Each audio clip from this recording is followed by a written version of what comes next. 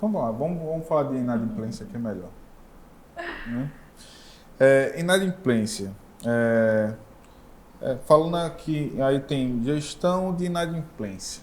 Existe uma maneira legal da gente gerir a inadimplência? Existe isso não? Uma forma de a gente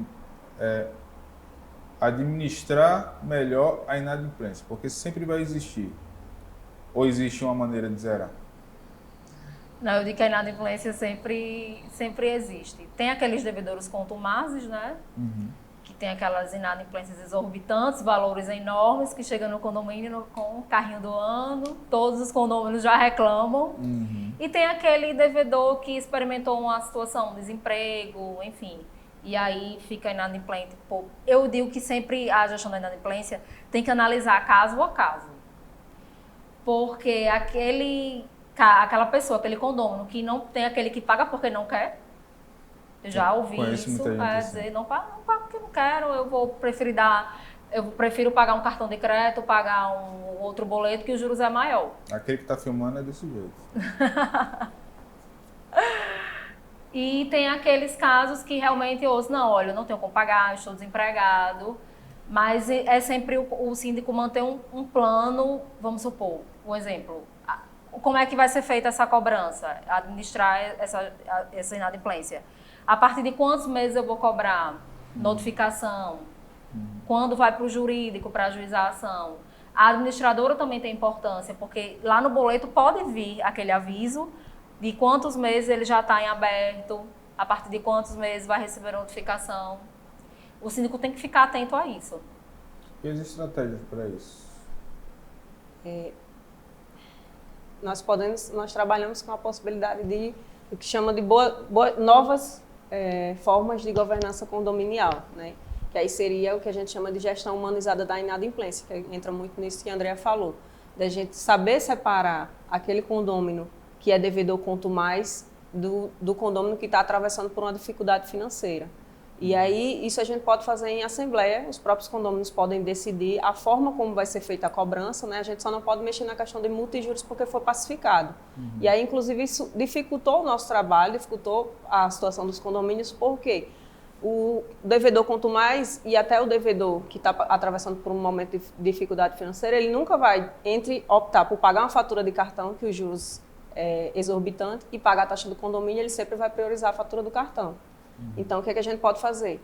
Faz em assembleia, os condôminos decidem, por exemplo, a quantidade de parcelas, o valor mínimo que pode ser parcelado, o prazo, como o André falou, o prazo que essa cobrança vai ser judicializada, em quanto tempo vai chegar a notificação para o condômino, qual vai ser a forma de notificação, se vai ter mais de um tipo de notificação, por exemplo, se vai ser por SMS, se vai ser por notificação extrajudicial, se vai ser por ligação.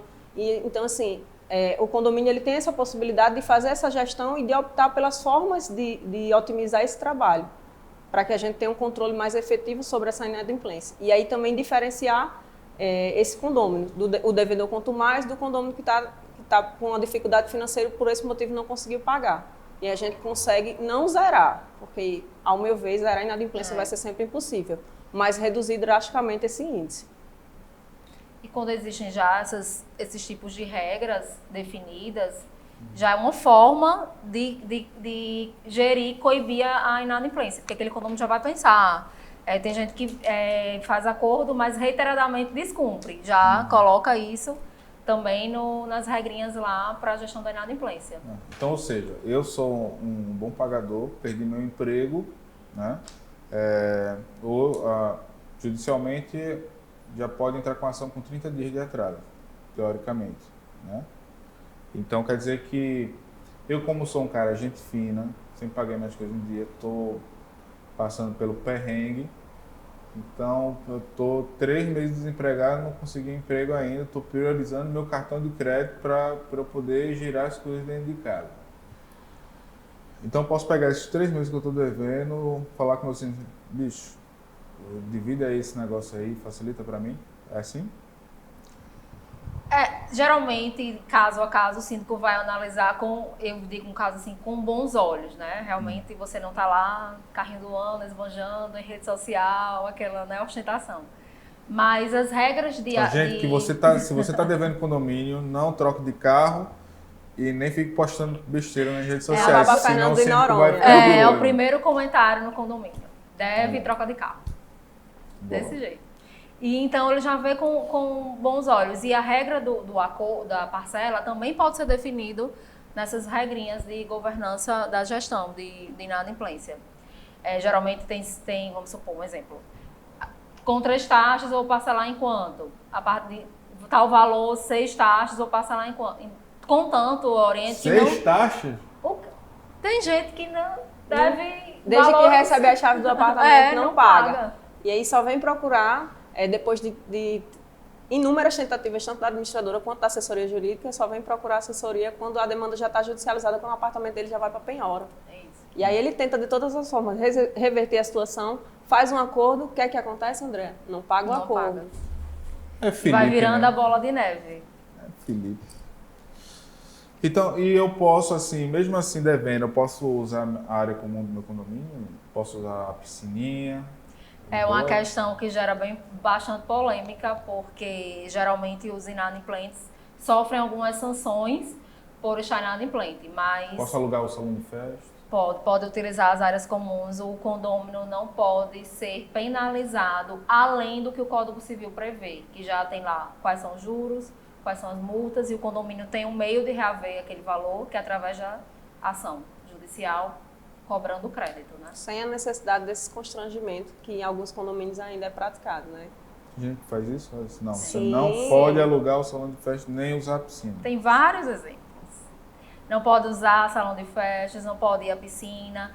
Já presenciei casos de apartamentos, condomínios que eram um por andar e programou para o elevador não parar no andar da pessoa. Eita, 5. E tem condomínios, por exemplo, que o síndico coloca no mural uma lista de inadimplentes. E essas pessoas são hostilizadas por causa disso. E aí entra novamente na questão da responsabilidade civil, né? Dele responder por essa conduta, né? De estar expondo desnecessariamente e excessivamente as pessoas que ele não pode. Mas existem ainda muitos casos dessa natureza. A gente lida com isso todos os dias. Então, assim, ele recebe o processo, né? Ele vai pagar uma indenização. Aí quem paga é ele, do bolso dele, ou esse dinheiro é tirado do condomínio? Normalmente ele aciona o condomínio, né? E aí os condôminos vão responder. Mas isso não impede que o condomínio entre com ação regressiva em face do síndico pela conduta dele que foi abusiva, né? Então, o condomínio ele tem o dever de indenizar pelo dano moral ou material decorrente da conduta do síndico, mas ele também pode entrar com ação regressiva em face da conduta dele. Da má conduta do gestor, né? Alma cebosa. Pronto. Tá tendo festa no meu condomínio, certo? Tá rolando maior festa. O síndico, meu chapa, tá na festa, certo? O som, barulho e tal, o pessoal reclamando, mas se eu tô com o síndico, tô com Deus. E aí? Qual é a punição que alguém pode dar? Se eu tô com um cara comigo? Não é porque o síndico vai estar na festa presenciando lá, né? Por Que não Ele é meu vai amigo. deixar de haver a punição. Até porque o regimento e a convenção vai trazer as punições para cada tipo de infração. Também tem o fato de que o síndico, ele é o representante legal. Então, o dever Então, ele tá legal comigo, e dele aí? representa o condomínio.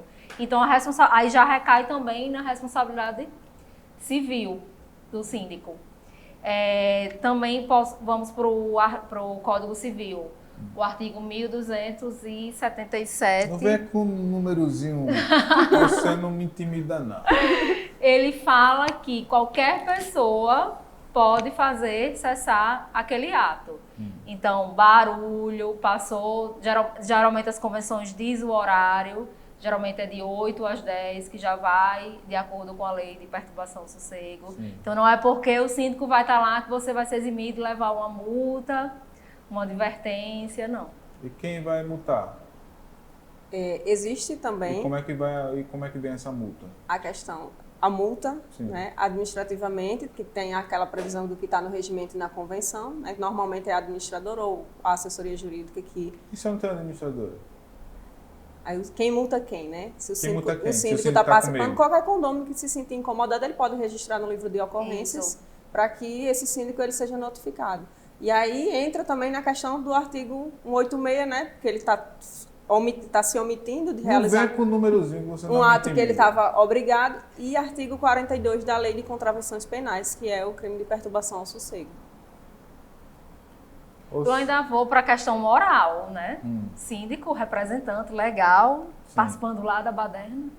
Tem, vocês são muito quadrados, sei não. E foi puxando o gancho, condomínio antissocial. Aquele cara que tem muito hoje, né?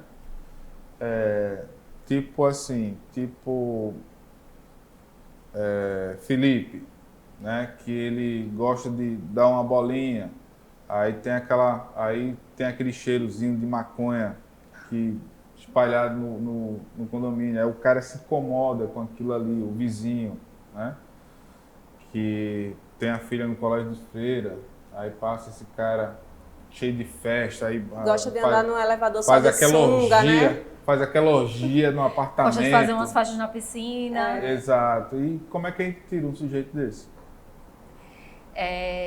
O condômino antissocial, já o próprio nome diz, né? Aquele condômino que tem dificuldade de conviver na comunidade ali. E aí são vários casos, como você mesmo citou, aquele condômino que faz muito barulho, barulhos excessivos, né? Não é qualquer barulho, porque tem gente que se incomoda com qualquer barulho. Exato. São festas recorrentes ou festas na piscina. Tem uns vizinhos chatos, né? Tem uns vizinhos chatos. Tem. E então o artigo 1347, ele fala lá do condômino antissocial, mas o que ele prevê a multa, que pode ser até 10 vezes o valor da taxa condominial. Não fala da expulsão, que qual a maior dúvida? O condômino social, como a gente faz para expulsar o condômino daqui? Exato. Isso só vai conseguir judicialmente, e não é de qualquer forma. Tem que ter elementos para levar ao juiz que realmente aquele comportamento está lesando os demais e trazendo outros fatores. Por exemplo, já ouvi casos de gente dizer que eu não chego em casa cedo ou determinado horário porque eu tenho um vizinho que me perturba demais. Mas só o fato de Felipe estar fumando maconha e o cheiro incomodar o vizinho... Não tem aí problema. Aí eu digo que é vizinho, condômino com condômino que tem que resolver.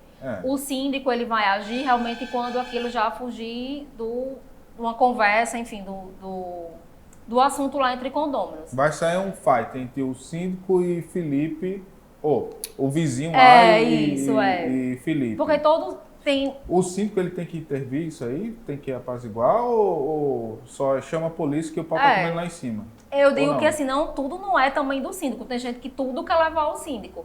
Mas algumas coisas podem ser resolvidas na conversa, né? Você resolver com o seu vizinho. E aí já leva ao síndico quando aquela situação já está fora do controle, que é para ele já ir para multa, advertência, partir para o que diz lá o regimento e a convenção. Então, se os dois se pegarem, embora que o problema tá rolando, né? Aí tá lá, ele vai lá, Felipe tava fumando maconha, botou lá no livro, né, de ocorrência. Não é isso? Aí botou no livrinho de ocorrência. Aí isso, no outro dia... Isso ele já identificou qual foi a unidade que tá... Eu vou dar um pau em Felipe, que ele não para com a porra já é o crime de ameaça. Já... É crime de ameaça. Aí o síndico vai lá, pega aquele negócio assim, bicho, e aí? O que é que eu faço? Aí eu tenho que intervir, eu sou obrigado a intervir, eu como síndico, ou... O que é que eu faço? Eu oriento que para apaziguar a situação, né, vamos ouvir os dois lados para ver realmente o que é que está acontecendo. Então, eu vou fazer o papel do psicólogo. O síndico às vezes tem muitas papéis de psicólogo, eu não é vou só fazer... entender de números, síndico, não. Advogado, gestor predial. Aí eu como assim? Então vamos Às lá. vezes até o porteiro. Então vou lá. Aí eu chego lá, eu digo, Felipe, né? Felipe, eu não, Felipe. Aí eu chego lá, meu amigo, a casa é minha. Eu fumo maconha a hora que eu quero. Eu tô pouco me lixando que esse cara tá achando ruim ou não. Eu tô dentro da minha casa, tô dentro do meu quadrado e dane-se. Aí ele vai lá, aí o cara vai lá de novo, lá no livro de ocorrência. A alma cebosa do meu vizinho continua fumando maconha. Eu vou dar um pau nele, tô avisando. Ponto. E aí? Aí o síndico vai lá no outro vizinho e diz assim, Rapaz, faço não. Deixa o rapaz, ele tá fumando o cigarrinho do capeta dele dentro do apartamento dele. Não, mas o cheiro tá me incomodando. Né? Não é esse exemplo que eu quero dar para meus filhos. E aí? Também tem a questão da destinação correta da unidade, né? Porque o direito de propriedade aí vai ser absoluto. Se ele estiver usando de forma nociva a propriedade, sim, pode ser considerado um condomínio social. Aí eu vou aproveitar o gancho e dizer, aí a dúvida é, eu posso expulsar esse condômino? A lei não traz a expulsão, ela diz multa. Aí isso vai ter que ser levado para o judiciário. Todos os elementos de que Felipe realmente não pode viver ali naquela comunidade, porque ele não dá a destinação correta para a unidade dele. Entendeu? Mas ele não vai perder o direito de propriedade dele, é muito importante também isso. A partir do momento que ele é excluído daquela comunidade, ele não pode voltar para ali. Ele vai poder vender, alugar, mas ele não perde o direito de propriedade dele.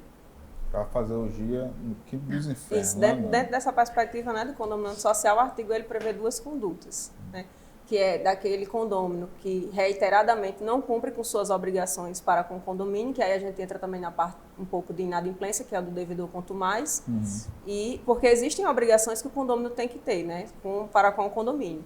E aí entra a parte da multa, que é de 5 vezes o valor, pode ser multado em 5 vezes o valor da cota condominial. E existe também, embora a gente fale que viver em condomínio é exercício contínuo de tolerância, existem pessoas que fogem do bom senso e que não nasceram para viver em condomínio, mas infelizmente elas optam por morar em condomínios. E aí o artigo também prevê que aquele condômino que reiteradas vezes, por seu comportamento antissocial, ele cause problemas dentro do condomínio, ele pode ser compelido a pagar 10 vezes o valor da cota condominial. E aí, qual a sugestão que a gente sempre passa para os condomínios que estão nessa situação e para os síndicos? Que realizem uma assembleia, porque existe uma dificuldade. O artigo prevê que o quórum para esse tipo de situação seja de 3/4. Isso. E aí a gente não consegue fazer isso na maioria dos condomínios, né?